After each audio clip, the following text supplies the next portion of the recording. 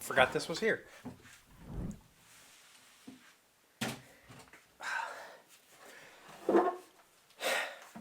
Hello friends, I am Chevee. Welcome to my shed. How are you today? How's life in your world? How's things where you are? I hope it's fantastic. Everything here is great. I had a really good weekend of busy, very, very busy weekend. And I bought a book and I want to talk about it. I don't really want to talk about this book yet. I'll probably do a review. I've got I bought this on Friday. I've got maybe a fifth left to go or so. And so I'll probably finish it today. But there's a story for why I want to talk about this book. And that is that on Friday, my child, my youngest, wanted to go dress shopping. Homecoming is in a few weeks and she wanted to go dress shopping. So Malia picked her up from school Friday and they went to the dress shops that are only open during business hours. And they shopped around a little bit and then they came back and we needed to go to the mall. Well, we needed to go to our local sporting goods store, which is near the mall, because we needed to get gray pants for softball. And so while we were there, she wanted to do more dress shopping, and I said, sure, whatever. So by the time so they came back here, we left to go to the mall. I think we ate, I don't remember. The point is, we go to the mall, or we go to Dick's, buy the pants. By the time we left there, I was not feeling very good. My stomach was feeling pretty bad. And we got to the mall and we went to a department store and they had a dress section and we spent a good while. We made other stops first. So we went to the craft store, we went to another store, we made some stops and then we went to the mall. So by the time we got there, I was feeling pretty bad for some reason. I don't know why, whatever. So we go to this store, they start picking out dresses and they picked out 10 or 12. It was a ridiculous amount of dresses. And I was just I'm not feeling great. I don't want to sit through this. So I went to, right down on that same side of the mall is a Books A Million. So I went down to the Books A Million and looked at books, which is one of my favorite activities. But I basically never buy books anymore because I have a Kindle. So it's a very, very rare thing for me to be holding a book. But while I was there, whatever was happening in here wanted out. So I used their bathroom and then I felt bad. So I had to buy something. So one of my favorite things is to look at the clearance books and see if there's any gems. Sometimes I find them. I think I found 3 or 4 of Brandon Sanderson's books in the clearance section, from the Mistborn cycle that I wanted to own. So I got those cheap. So I went and I looked through and I was like, I need to buy something just because I felt bad for their bathroom situation. And this book caught my eye. It caught my eye because it's called The Loop. This is The Loop by Jeremy Robert Johnson. I had never heard of this book. I'd never heard of this author. But I was like, oh, is this The Loop, the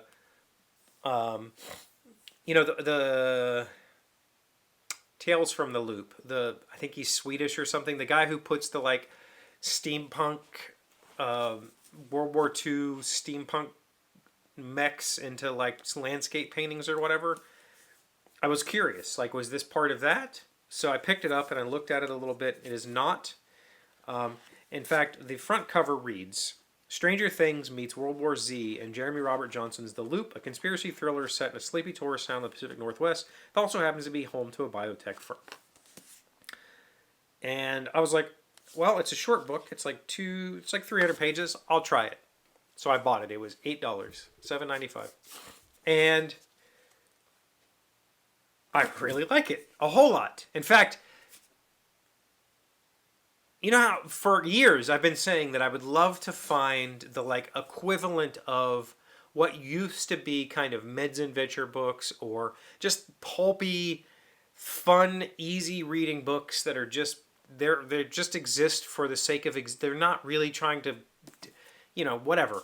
And thrillers, sure, but I really don't want to read another crime drama thriller. I don't need to read about FBI agents, and I'd like to find stories about people overcoming situations. That's what this is. And you could probably say this is YA, I think, but it's not. It's not YA. It's like it's a step above. This is like a traditional fiction book, but it's also got like sort of heroic themes and absurd situations and a little bit of sexual content. Like it's a little bit of everything. This is what I've been looking for. This kind of book. Just simple, fun stories told in engaging ways, good writing. I'm all in on this guy. Jeremy Robert Johnson. I will be reading all of his books after reading this because I'm just having a blast with it. It's a little bit of a mythos, a little bit of a I don't want to say cosmic horror because it's not, but it kind of is, and it's a little bit of everything that I like in one book. But the point of all of this is,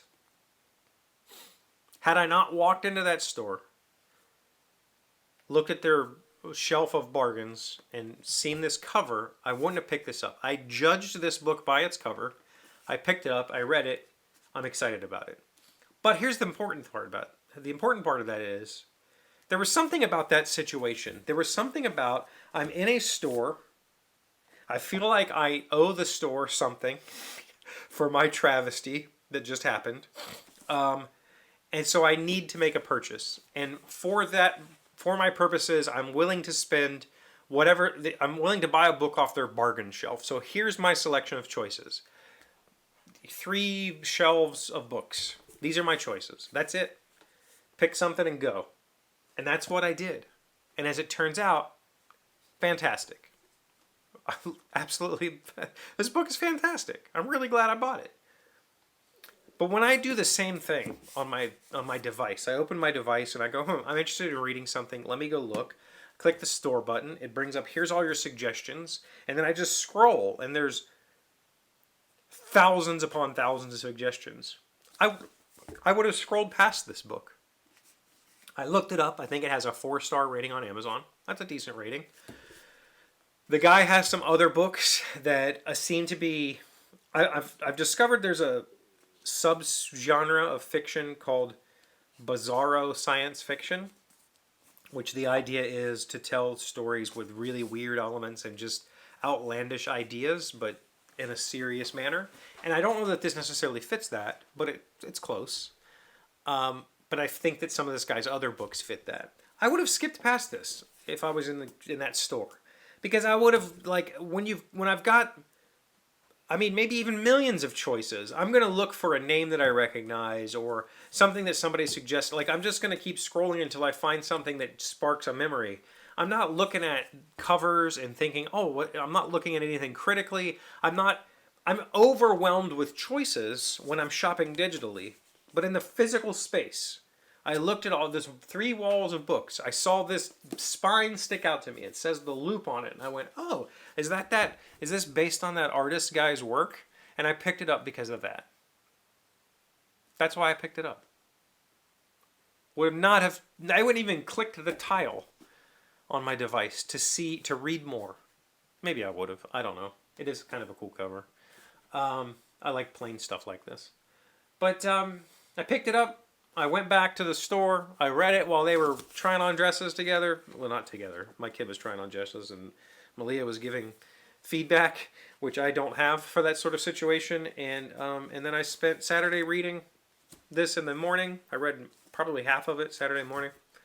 And then it was a very busy day. They went dress shopping again on Saturday. And then we had softball. And then my kid had a party to go to. And then we got home late and then woke up and we had softball yesterday from 11 a.m. I got home at 6 p.m. 6:30 actually. A very long day. We do double headers on Sundays and we have a hour and a half batting practice before the game starts. So it was just like, it was wild. It was a very busy day, but it was good. And this book was good.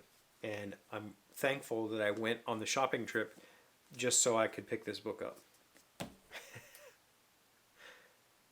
And I'm thankful for the perspective. I didn't really give too many thoughts about it. Like, why did I pick this up? And why was it so much easier to just spend $8 on something when I have 99-cent, $2 options, $3 options all day long on my device? I could just buy, I could have bought 3-4 books for this price and just given them a shot, but I don't because I'm overwhelmed by decisions, or overwhelmed by choices. Something about that. What do you think? Let me know in the comments. Thank you for being here as always. Thank you for liking it, commenting, subscribing, being amazing friends and wonderful people. I really appreciate you, and I'll see you again tomorrow. Today's word you should know sounds smart is zen. It's a verb meaning, generally speaking, to figure out the answer to a difficult problem with a flash of sudden insight.